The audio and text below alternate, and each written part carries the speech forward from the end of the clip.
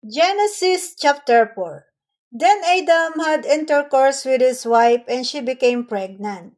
She bore a son and said, "By the Lord's help, I have gotten a son." So she named him Cain. Later she gave birth to another son, Abel.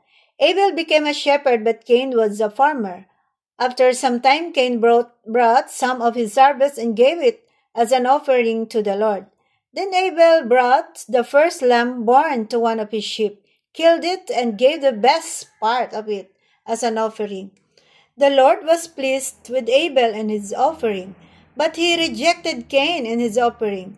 Cain became furious and he scowled in anger. Then the Lord said to Cain, "Why are you angry? Why that scowl on your face? If you had done the right thing, you would be smiling, but because you have done evil, sin is crouching at your door. It wants to rule you, but you must overcome it." Then Cain said to his brother Abel, "Let's go out in the field." When they were out in the fields, Cain turned on his brother and killed him. The Lord asked Cain, "Where is your brother Abel?" He answered, "I don't know. I am supposed to take care of my brother." Then the Lord said, "Why have you done this terrible thing? Your brother's blood is crying out to me from the ground like a voice calling for revenge. You are placed under a curse and can no longer farm the soil. It has soaked up your brother's blood as if it had opened its mouth to receive it when you killed him. If you try to grow crops, the soil will not produce anything. You will be a homeless wanderer on the earth." And Cain said to the Lord, "This punishment is too hard for me to bear. You are driving me off the land and away from your presence. I will be a homeless wanderer on the earth, and anyone who finds me will kill me."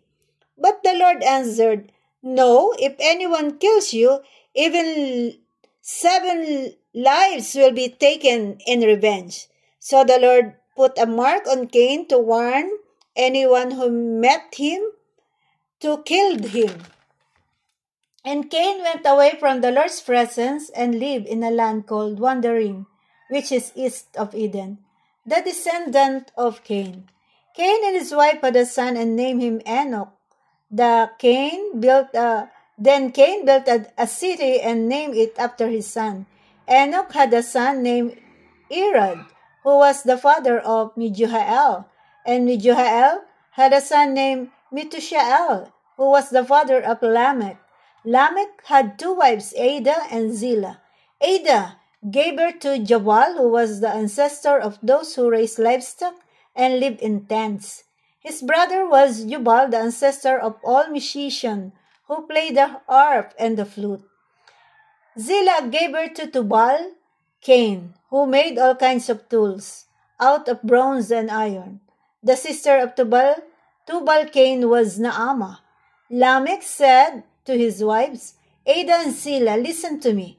I have killed the young man because he struck me. If 7 lives are taken to pay for killing Cain, 77 will be taken anyone kills me." Seth and Enosh. Adam and his wife had another son. She said, "God has given me a son to replace Abel, whom Cain killed." So she named him Seth. Seth had a son whom he named Enosh. It was then that people began using the Lord's name in worship. Amen. So magandang umaga po at makita po natin sa Genesis chapter 4 pagkatapos po ng pagkatapon ni na pagkapalayas o pag-alis ni na paglabas ni na Adam and Eve sa paraiso ay wala pong record ng story. At ang sumunod na pong story yung pagkaanak ni Cain at Abel. Ako po ay napapansin ko na kapag tayo po ay ang Biblia, marami pong taong nilikha ng Diyos pero hindi lahat ay kinakounted o ibinibilang doon sa mga lingkod ng Diyos. Pili lamang po at lagi pong ang basihan ng pagkaka-include mo doon sa family ni God o mga pinili ni God ay yung pananampalataya. At nakikita po natin dito pa lang sa chapter 4 ay binanggit na ang patungkol kay Cain at saka po kay Abel, sapagkat doon ay nakita ng Panginoon na doon na marunong silang mag-alay yung dalawa. Pero magkaiba ang paraan ng pag-aalay nila. Si Abel po, sinasabing mula sa kanyang alagang mga hayop, kumuha siya ng yung alaga po siya ng tupa, ang iniaalay niyo yung pinaka-best ng kanyang alaga. Anak ng kanyang alaga, which is possible ito yung first fruit ng alaga niyang tupa na tinatawag na lamb. So, ayun po. Kaya naman dahil doon, inaccept ni God yung ang kanyang alay. Kasi, masama ba yung ginawa ni Cain? Kasi nag-alay din naman siya. Kaya lang, ang inalay niya ay bunga ng kanyang mga halaman na tinanim.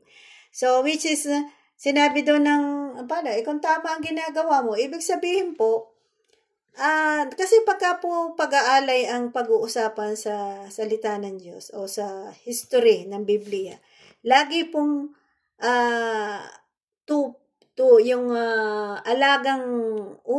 alaga ng iyong mga hayop ang iniaalay kagaya po ng tupa. At kailangan po ito ay malusog at wala po itong kapintasan. Hindi ito payat, hindi rin ito pilay. Basta kailangan po usually yung first fruit naman talagang maganda naman yung pagkayan ay iyong pinitas kahit sa halaman. Ganon din sa pag-anak. Kasi unang kid mo yun unang anak mo yun, di ba? So, ayun po, at dahil doon, inaccept ni God yung alay ni Abel at hindi niya nagustuhan yung inalay ni Cain, which is si Cain ay nagalit. Kasi sabi pa ba't ka na magagalit kung tama ang ginagawa? Ibig sabihin, if it is worship is concerned, doesn't matter kay God. Mahalaga kung ano yung sinasabi at dinidikta ni God natin gagawing pagsamba sa Kanya. Kaya halimbawa, kahit paanong ginagawa nating mga ritual po na pagsamba, kahit pa tayo magpabalay-balentong sa pagsamba natin kay God, kung hindi naman yun ang paraan ni God kung paano natin siya sasambahin, according to the instruction pa rin ni God. Gaya sa ating doon po noong panahon ng mga Israelita, ay talagang unang anak ng kanilang alagang tupa ang kanila pong dinadala sa templo para ialay kay Yahweh. At ngayon po, sa ating kapanahonan naman, tayo po ay nasa iglesia at tayo ay nasa panahon ng Panginoong Hesus na pagkatapos ng Panginoon sa mabuhay na maguli, ang ating pong pagsamba ay ayon na sa katotohanan, sabahin ninyo ako sa espiritu at katotohanan. Sa espiritu at katotohanan na po ang way ng ating pagsamba. At kung ako po iloloobin ng Diyos, may share ko po rin din sa inyo yung tamang pagsamba talaga at ano ba yung katotohanan at saka yung espiritu, nasa espiritu ang ating pagsamba. Kaya mahalaga po yun. Kaya kahit pa tayo lahat ay sumasamba, kung mali naman ang tayo gumagawa ng sarili po nating paraan, ay hindi po din yung kalulugdan. So, it's wasting our time. Nagwe-waste lang po tayo ng time doon.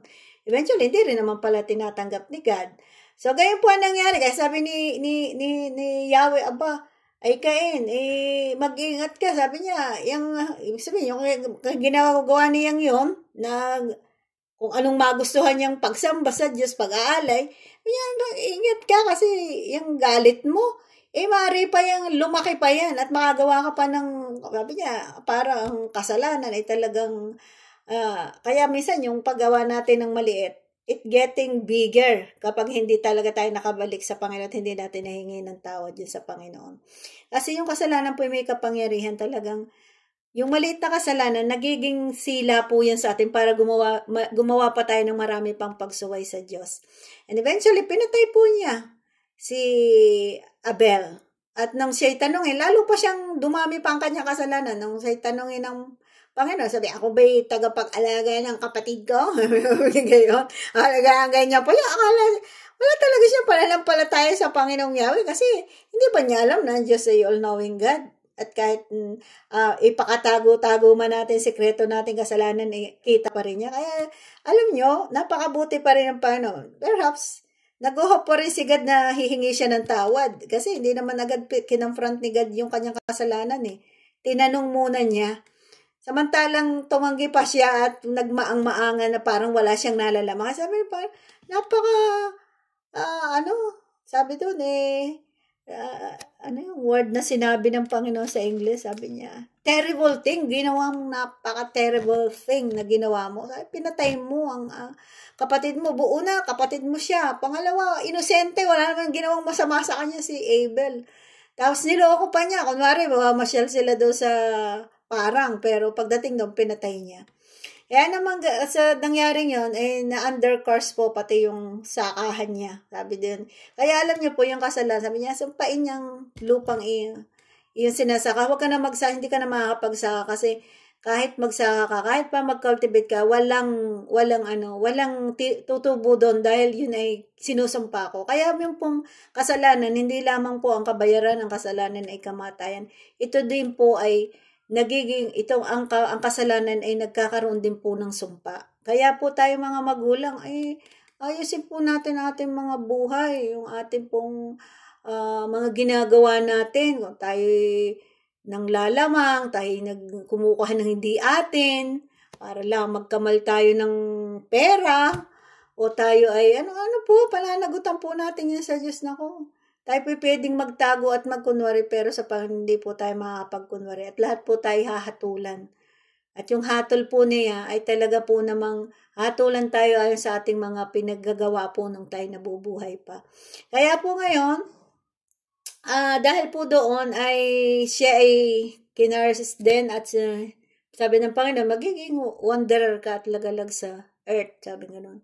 So, hindi dahil nga doon sa pangyayaring yun, makikita rin po natin na talagang ang Panginoon, pag nagka-count talaga siya laging kinakount niya talaga doon sa mga kikilala sa kanya, ang mga lahi, lalo na po doon sa pagmumula ng Panginoong Hesus. So, ngayon po, pagkatapos po nung kay Cain, sinabi dito yung kanyang descendant, nag-asawa. Kaya nga po, kahit na, kita ninyo po, nag-asawa si Cain, ibig sabihin, marami ng tao din nung panahong yon. Ang kinount lamang ay yung nangyari kay Cain at kay Abel, kasi importante po si Abel dahil sinakitaan ng Diyos siya ng pananampalataya. Related po si Cain, kaya nakasama siya doon sa story. Pero pagkatapos po doon sa Genesis chapter 4, verse 17 to 24, doon na lang po natapos na po ang story tungkol sa kanya. At sinimula na po uli ang lahi doon sa panahon ni Seth. Inianak niya si Seth, sabi ni Eva, pinalitan ng Diyos ang si Abel na aking anak. At kaya Seth po ang ipinangalan niya. At si Seth, nagkaanak po siya, ang pangalan ay Enos. Ito po, yung pag-anak ni Seth kay Enos, may mga interval po yan. Marami pa rin siyang mga kapatid na nauna sa kanya. Pero ang ikinanted po ay si Enos. At si Enos po ay noon naging related po sa pangalan niya, yung pagkapanganak niya, noon, sabi dito, it was then that people began using the Lord's name in worship. Sa Tagalog po, si Seth, ang ama ni Enos, noon nagsimulang tumawag sa pangalan ni Yahweh ang mga tao sa kanilang pagsamba. Kaya po makita po natin na ang very, very sacred po yung pangalang Yahweh. Kaya nga po yung mga Hudyo, halos hindi po nila binibigkas yung pangalang Yahweh dahil ito is sacred sa kanila. Ginagawa po nila. Instead na Yahweh, sinasabi po nila God is a God, Elohim, God is a Jehovah Jireh, God provides, ganun. God is Jehovah Rapha, ang Diyos ay manggagamot.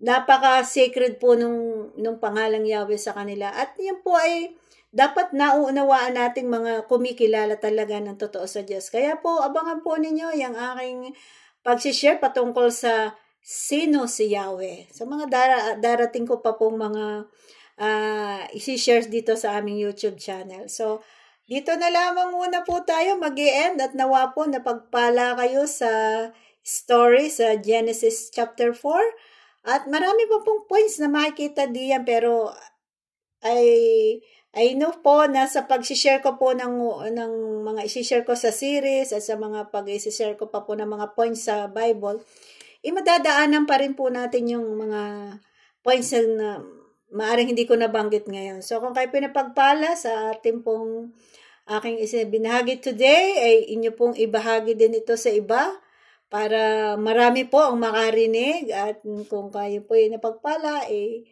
pwede rin pong mag-likes kayo o mag-follow sa aming YouTube channel o mag-subscribe sa upang kami din upang ma-bless din po. Of course, blessed na po ako na nakakapagbahagi ako ng words sa through YouTube channel at nawa ang YouTube channel na ito ay i-bless ni God at maka-reach out pa ng maraming mga Filipino para po maunawaan natin na mayroong Yahweh, ang Elohim, ang kataas-taasan Diyos.